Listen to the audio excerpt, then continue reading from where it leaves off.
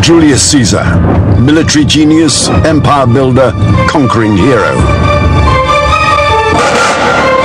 He was antiquity's ultimate emperor, the man with his head on the coin. But the coin had two sides. There was also Julius Caesar, sex addict and ruthless killer.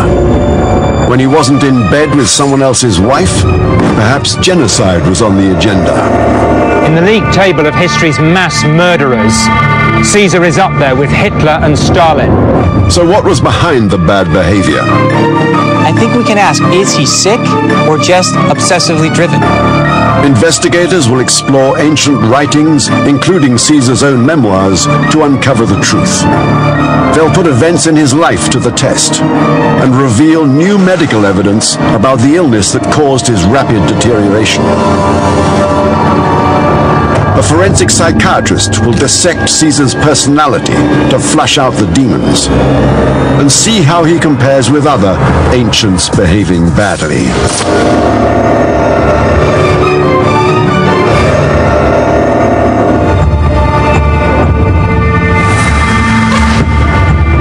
Julius Caesar had an empire and an ego to match. He declared himself dictator of Rome for life, and his allies became his enemies.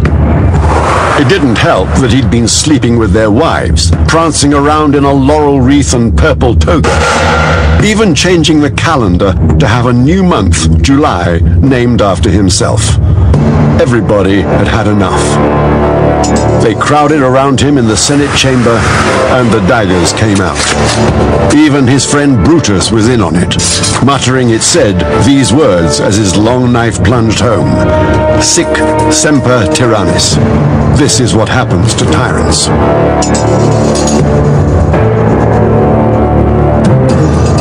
To understand Caesar better, psychiatrist David Mallet will examine his behavior and position him on a unique behaving badly psychograph, revealing how he compares to tyrants like Genghis Khan and Caligula.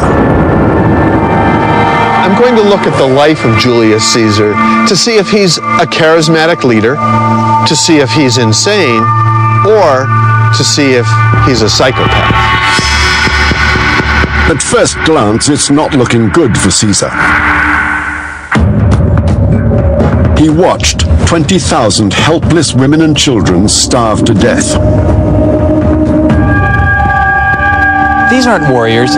These are women and children. But Caesar shows no mercy, no compassion. He let his soldiers slaughter 40,000 Gauls after beating them in battle. In his war of conquest, he killed or enslaved a third of the population.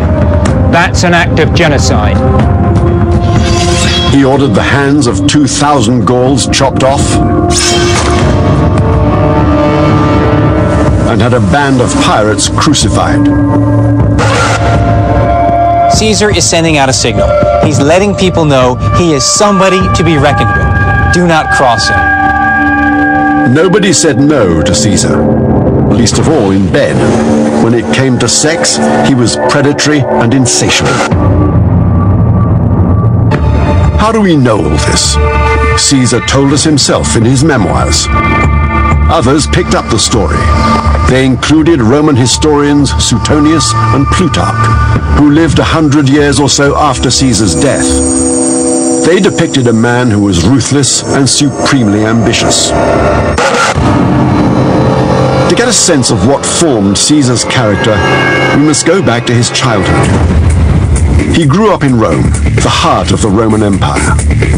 Not in the aristocratic grandeur of the Palatine Hill, but here in the seedy, brothel-lined alleyways of Subura.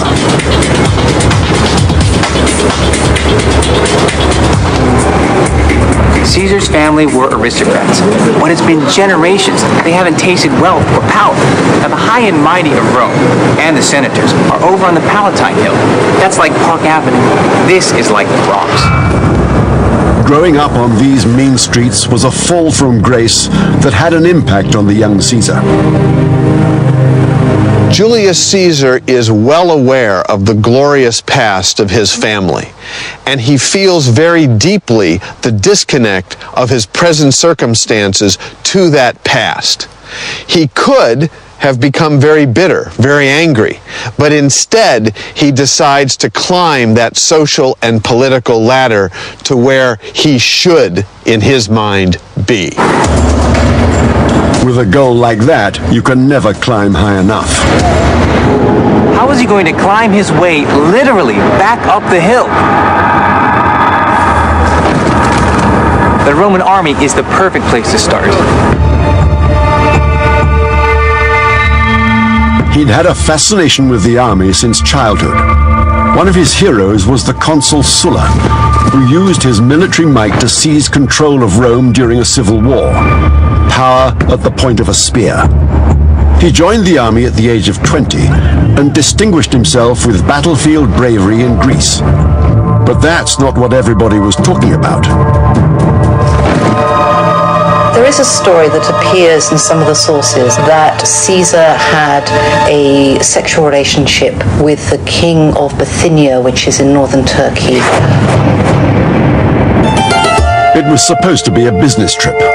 Caesar was in Turkey to negotiate with King Nicomedes for warships to aid the Roman cause. The talks dragged on, and some say turned from ships to other matters, and possibly took place in the royal bedchamber. Smirking gossips called Caesar the Queen of Bithynia. Within the Roman world, relations between men are much more accepted than they were in later societies. What the damaging thing to say is that he was passive in a sexual relationship with the king, a role that is, in their view, too much like being a woman. The story haunted Caesar.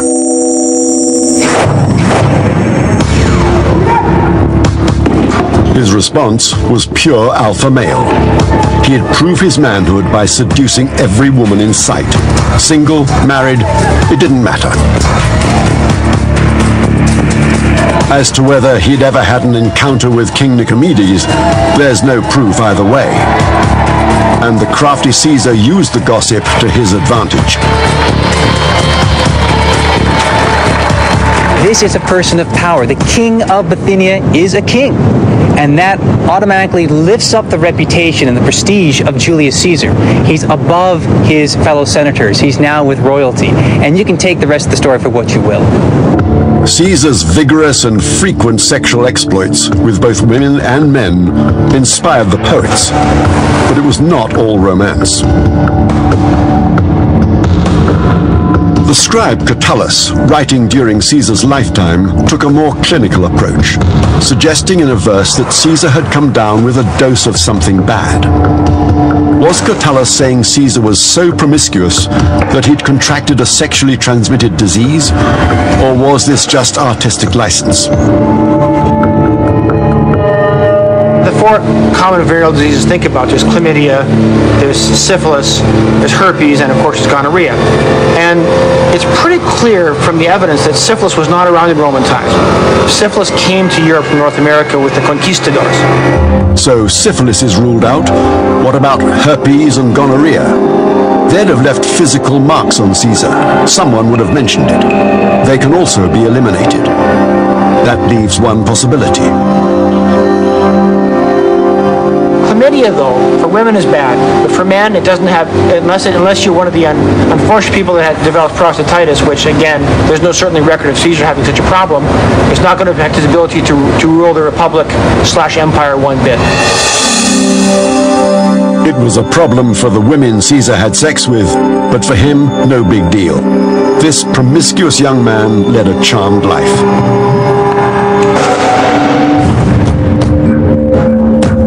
Caesar moved from the army into politics and the law. He was a powerful and persuasive speaker. His court cases drew great crowds. Rome buzzed with talk about the brilliant young man in their midst. Caesar, still in his 20s, was well on his way to greatness.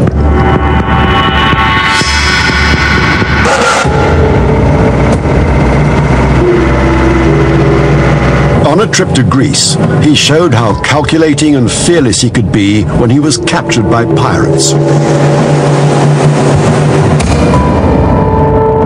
At the time, pirates have become a major problem for the Romans. They have infested the Mediterranean. And Caesar is yet another person to be captured by pirates. They realize, looking at him, this is a person of high status. This is a person that's going to fetch a lot of money. They demand a big ransom, 20 silver talents.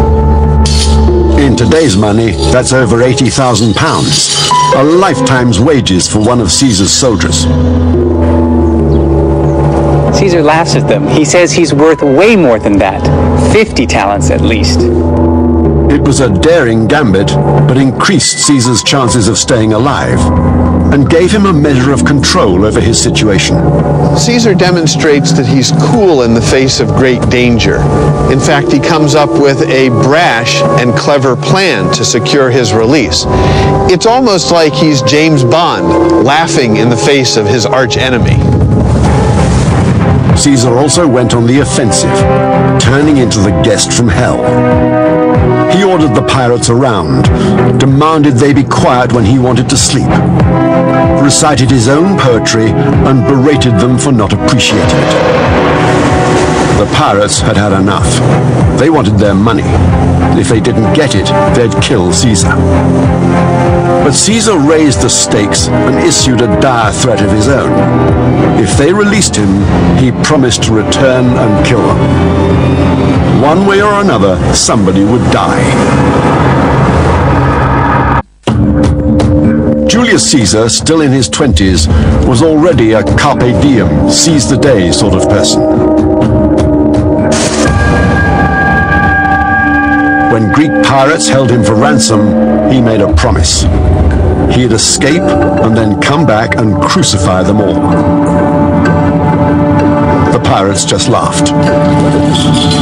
When the ransom was eventually paid, Caesar was released. He then raised a small naval force and made good his threat.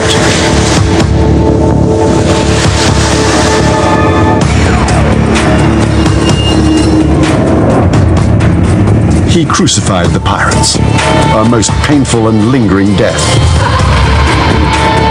But first, he ordered their throats cut.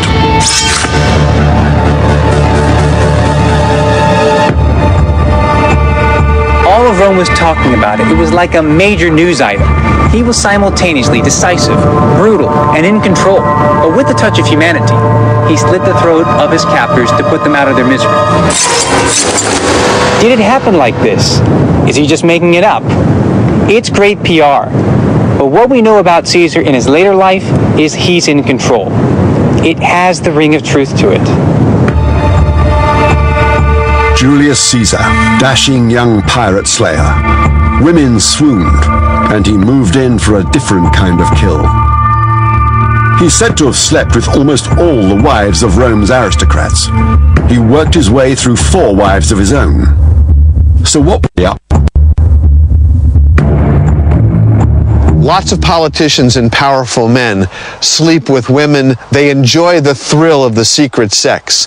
However, Caesar, in addition, uses his sexual behavior to dominate women and, by extension, to show his dominance over their husbands.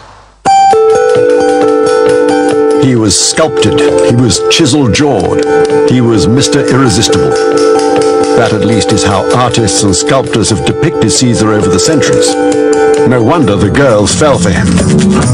But Caesar took care of his appearance, getting his toga to fit just so, combing his hair to cover his bald patch. So was Caesar really a matinee idol?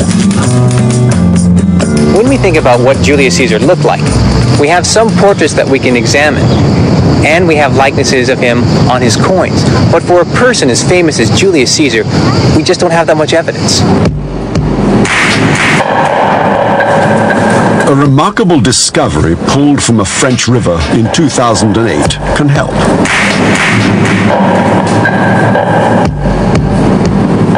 A marble Caesar head over 2,000 years old.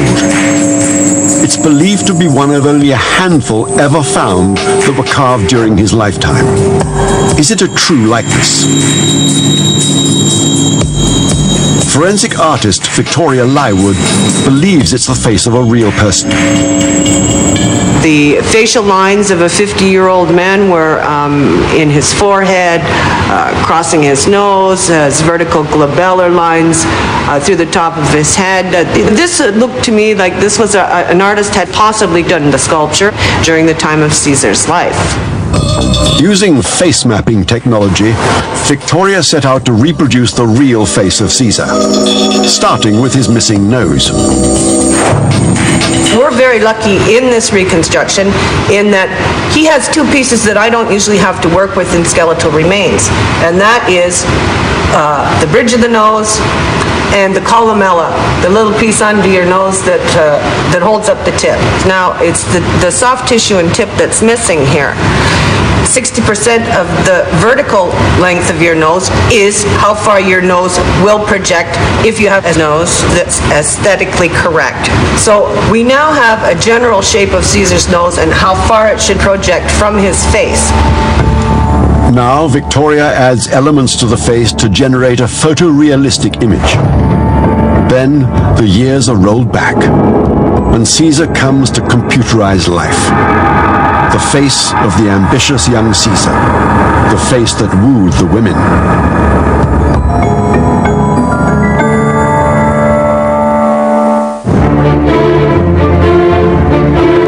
Over the next few years, Caesar aimed high, nothing less than the top job, consul, the head of the government for the Republic of Rome.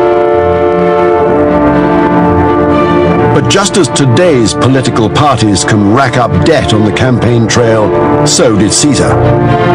This debt could have killed his career stone dead. So he was on the lookout for allies and money, and suggested an alliance with the wealthy Crassus and the military hero Pompey. They agreed. It didn't seem to matter that he'd had affairs with both their wives. They weren't about to say no to a man on the make. Forget the fancy titles, consul, high priest and so on. What this is about is a city being divided up between the equivalent of three powerful mafia bosses. It's about patronage and power. It's about deciding who gets the fat contracts, like in a modern city, who clears the garbage, who controls the teamsters. Ancient Rome is just the same. These are the three most powerful players in the Roman Empire, and they're deciding how they're going to divide up the spoils. Caesar's share of the spoils included Roman Gaul, made up of what is now northern Italy and parts of modern-day France. He became governor, and that gave him absolute power. But he was a governor with a problem. He was still in debt. He decided to go to war. In Roman times, it was good business. There was money to be made in pillaged treasure and slaves. His target, the unconquered parts of Gaul.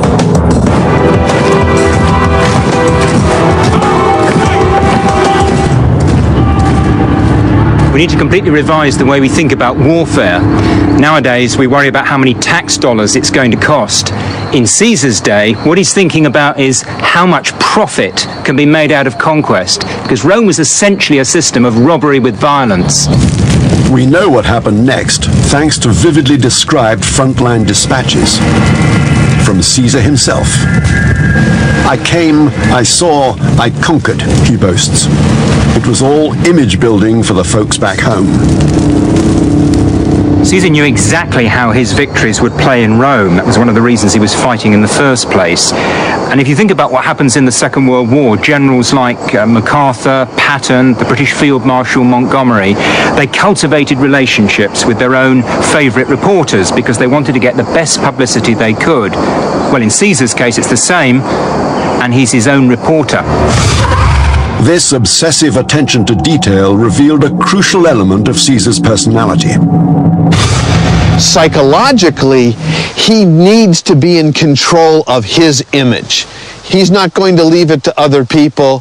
He is going to be the one to decide who Julius Caesar is. Caesar took his big ego to the battlefield and the Gauls quaked. 60 miles west of Dijon lay Bibracte, one of the most important hill forts in Gaul, scene of a bloody battle with the Gallic Helvetii tribe.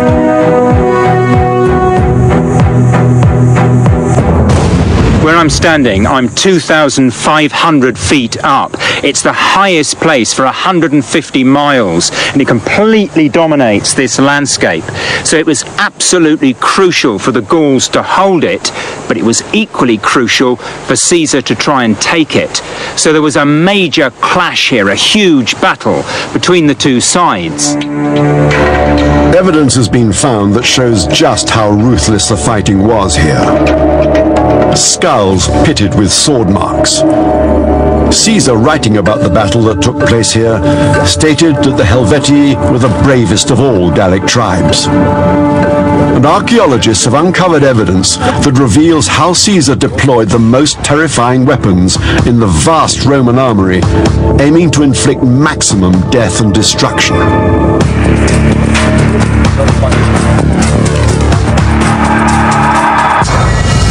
This is an extraordinary discovery. It's one of Julius Caesar's high-tech weapons, an incendiary bomb, effectively, from 2,000 years ago. This is the head of an arrow that would have been shot out of a Roman catapult. I've never seen anything quite like it. The point at this end, this wire cage here, designed, one assumes, to contain some sticky substance that would have been on fire as it flew through the air, and it would have been designed to set a Gallic settlement on fire. This is an example of the kind of high-tech warfare the Gauls were up against fighting Julius Caesar.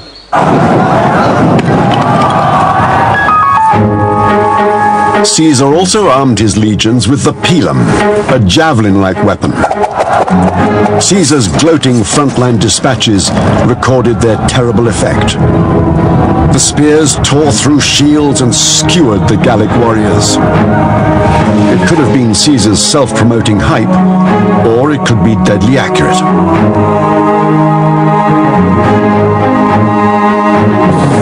A pilum is a uniquely Roman weapon, right? It's specifically designed for the army, and it's specifically designed to kill your opponent. It's designed to throw at very short distances towards a mass rank of enemies. John Serrati is going to test Caesar's claims to see how effective it is against the Gallic shield. So this is our mock-up of a Gallic shield. It's not an exact replica of a shield. We've eliminated the boss, not necessarily the exact shape of a shield, but we know they used heavy wood. So we have 3 planks. This is 1/2 inch oak wood here and covered with tan treated leather. What we're going to do is have our pilum thrower launch the weapon at the shield just to test its penetrative power. And in the role of Roman legionary for the day is Mike Harbour, international javelin thrower.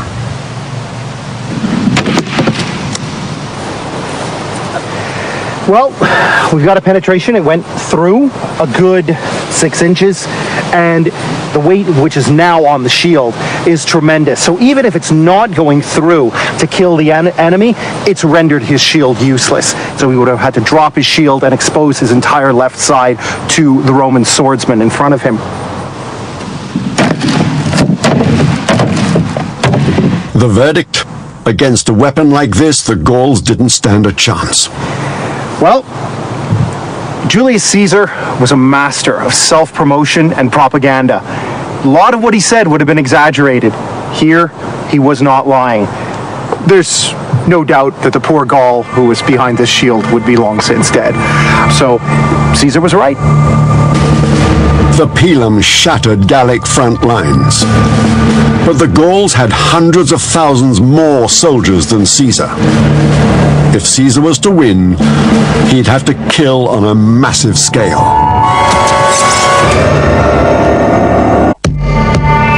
Julius Caesar was on a mission to make himself a hero in Rome by conquering Gaul. One by one, he sacked and pillaged Gallic towns and villages, each victory adding to his wealth. Now he approached Avaricum, 150 miles south of modern-day Paris, where the Gallic defenders waited behind fortified walls. Caesar laid siege to the town for 25 days. When he finally stormed the walls, he overran the weakened defenders. Now, the serious killing began.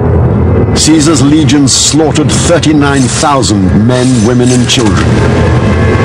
800 were left alive to carry a stark message to other Gauls. Resistance is futile.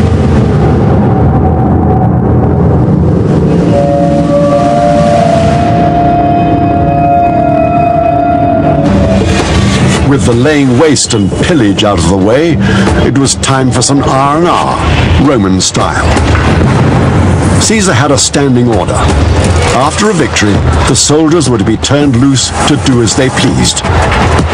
He bragged that his men fought just as well when they stank of perfume. Having sex with captives, with women, prostitutes who follow the Roman army, this is just par for the course. Everyone, every Roman does this. But there was worse to come. Caesar finally revealed the true extent of his cruelty at the climax of war in Gaul on a battleground 125 miles east of Avaricum. This huge mound was Elysia, a hill fort. Here, Caesar faced an army of 80,000 led by Gaul's most successful commander, Vercingetorix.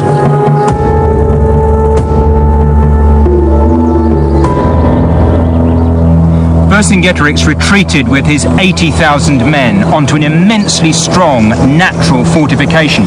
A little bit like this rock, if you can imagine it, a mile across, but with sheer cliff faces like this, making it the kind of fortification which really Caesar couldn't contemplate taking by storm. So what does he do?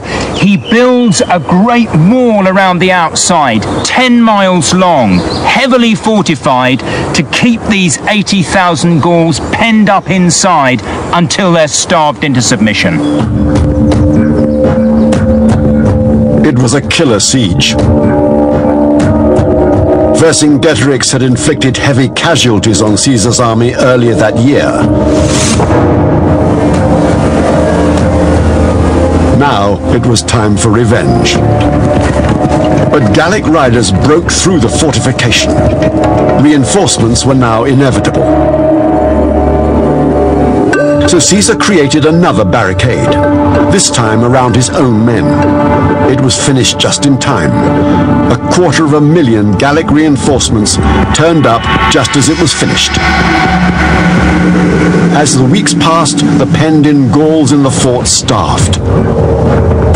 In desperation, Vercingetorix let 20,000 women and children leave the fort, believing Caesar would let them pass.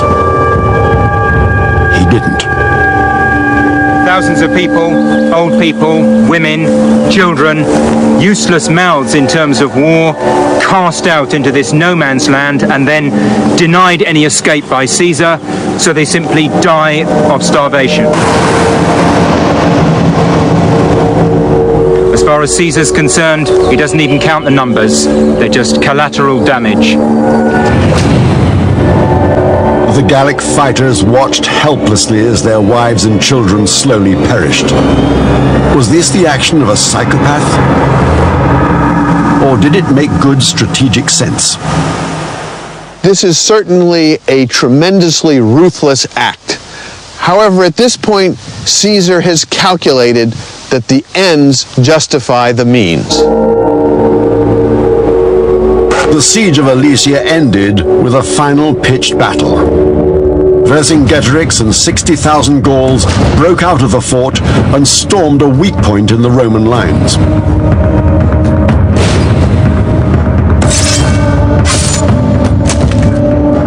Pitched battle has lasted all day, tens of thousands of men, and the Gauls are mentally and physically exhausted. And then Caesar commits the last reserve.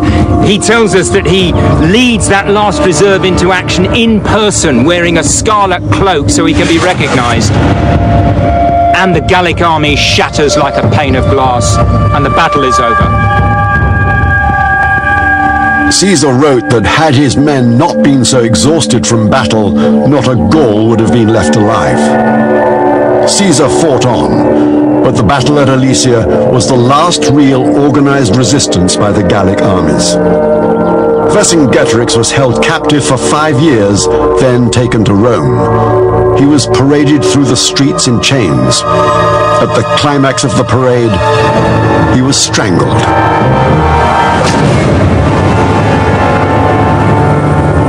No one could deny that Caesar was a military genius. The conquest of Gaul was one of the greatest military campaigns in history, but it came at an enormous cost in human suffering. It took Caesar 9 years to subjugate the Gauls, but he wanted to make sure that they knew they were beaten. 2,000 captured resistance fighters would carry the message. Caesar ordered that both hands of every man should be cut off.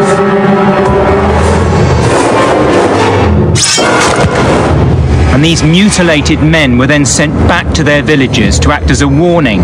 The systematic use here of terror as a way of intimidating people into not fighting back against the Romans. Caesar made a fortune conquering Gaul. Finally, free from debt, he pursued his real goal, Rome.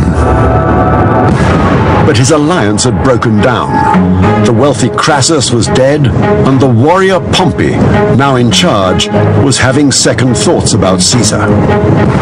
His political opponents accused him of war crimes. If Caesar set foot in Rome, he'd be prosecuted.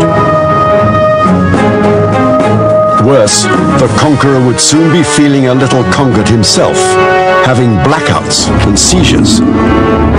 Now investigators can finally identify the mysterious illness that was to cripple the most powerful man on the planet. 49 BC. The river Rubicon, the border to Italy. On its banks stood Caesar and his army.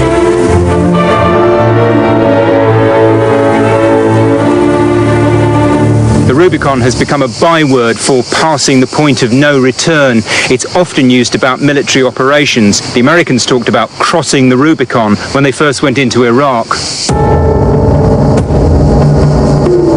Caesar was about to make the most important decision of his political life. As governor of Gaul, he couldn't be prosecuted for riding roughshod over the Senate's laws. As soon as Caesar crossed the Rubicon, he entered Roman territory. He lost immunity, and his enemies could pounce. His only protection was to take his army with him, but that would be a declaration of war.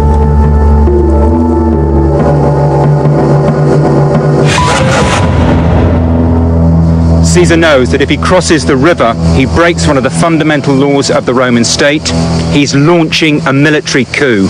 It's the biggest decision of his life.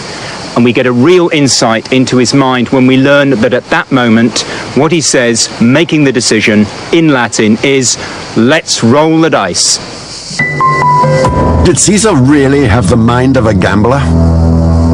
Caesar really doesn't believe that this is a 50-50 proposition. He knows that the odds are in his favor, though there is a major risk. Psychologically, crossing the Rubicon means that he's thrown out the rule book completely. It's a whole new ball game. He is in charge. The 50-year-old Caesar crossed the Rubicon with his army and marched on Rome. His former ally, Pompey, was all that stood between Caesar and absolute power. Remember that life expectancy in Roman times was much lower than it is today, so a man in his 50s was considered to be very old indeed. Caesar probably thought that he was on borrowed time, and he seems to have made a decision from that point on that he was going to force the pace of events.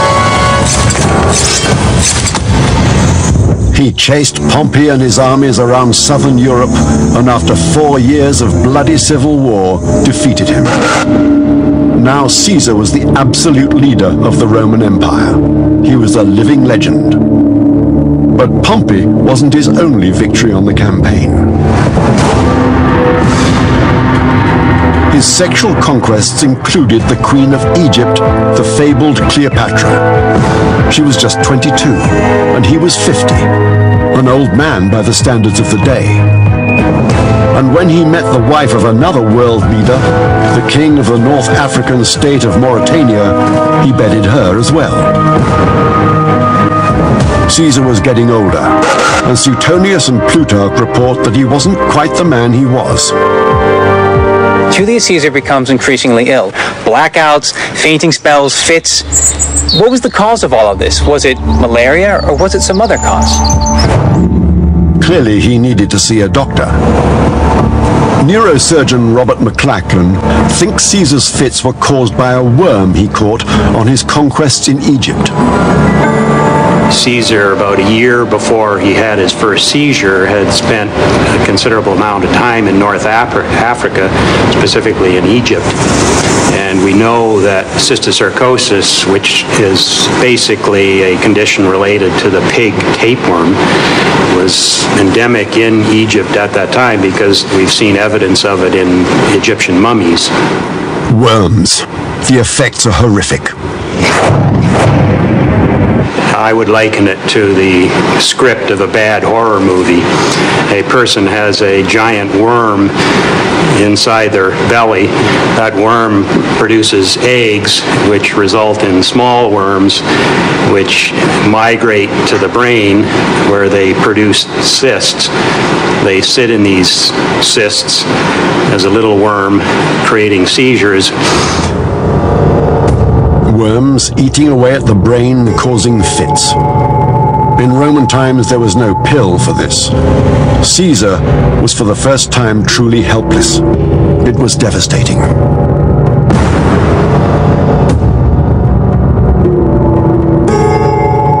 Psychologically, the effect of Caesar's epilepsy is to show him he's no longer in control. He's no longer invincible. He is, in fact, quite mortal, like everyone else. With time running out, Caesar moved to cement his position, calling himself dictator for life. But even this wasn't enough. He wanted to be king. A key moment that takes place right in the heart of Rome is Julius Caesar standing on the rostra. The crowd is in the piazza in front of him. And Mark Antony approaches the rostra, comes over to Julius Caesar, and offers him a crown. People are wondering what's going to happen. Caesar refuses it. There is some cheering. Mark Antony again insists and gives him the crown. Caesar refuses it again. Now the crowd erupts. They're ecstatic. This seems to be a PR stunt gone wrong, because there's no way that Mark Antony would have been acting on his own. This has to be because Caesar is allowing him to do so. Caesar is testing the waters, and the people do respond. They love Caesar, but they do not want a king. So Caesar wouldn't be a king, he'd just act like one. The decrees flew fast and furious. He ordered that his statue be placed alongside those of the old kings of Rome. That a new calendar be created, one that included a month named after himself, July, and that a coin be struck bearing his laurel-wreathed image. He was getting too big for his toga. For us, seeing a ruler on a coin is no big deal. But for an ancient Roman, it was astounding. This is breaking all the rules, because in and throughout Roman history, you never depicted a person living on a coin.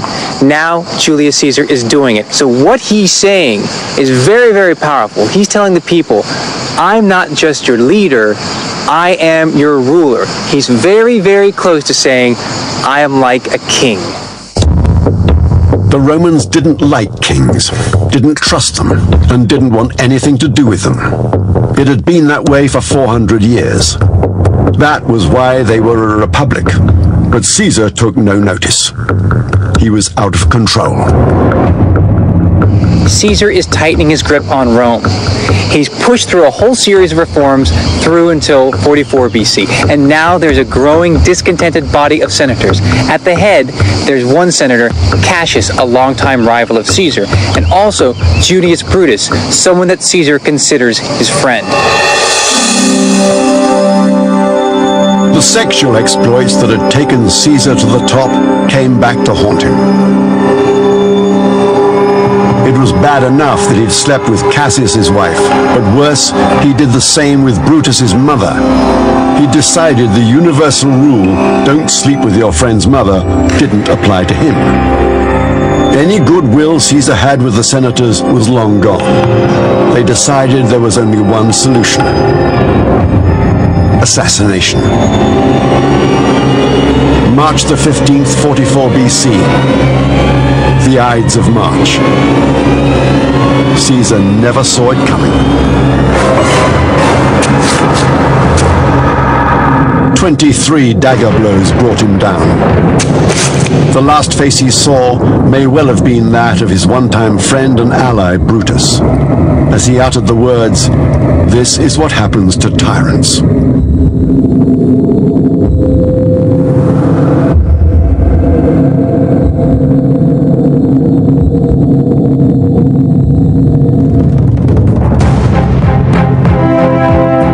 Caesar, the aristocrat born in the mean streets of Rome, clawed his way out of the slums to become the most powerful leader in the known world.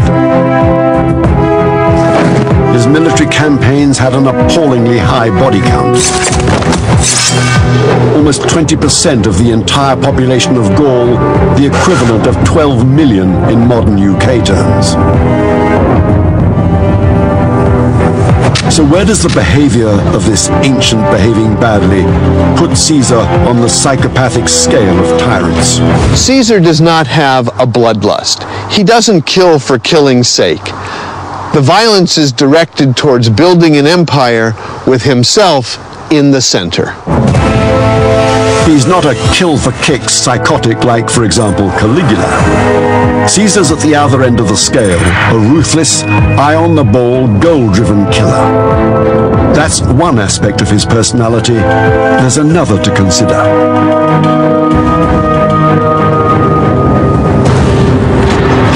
A second dimension of Caesar's personality is what one would call sexual dominance. Sex is not only for pleasure, but to dominate the world around him. It's about power and control. On this scale of sexual dominance, Caesar rates very highly. This is the psychological profile of Julius Caesar. So who in history had similar traits? I think Julius Caesar is most like Genghis Khan. They both came from noble lineage that had fallen on hard times. They both developed a vision of empire with the necessary armies and physical violence to back it up. And along the way, they both bedded every woman they could.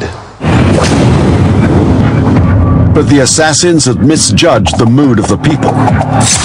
The victories on the battlefield brought glory to Rome, and the people loved him for this. They didn't believe him a tyrant. To honor him, they built a funeral pyre and burned his body. Then they turned their wrath on the conspirators who had killed their conquering hero. The murderers fled the city to save themselves. Caesar wanted to be king, but the new Senate made him more than that, much more. A statue of Caesar was put in the Pantheon, a building dedicated to the gods of Rome, and in death he was made a god. The first person to receive that honor since Romulus, the founder of Rome 700 years before.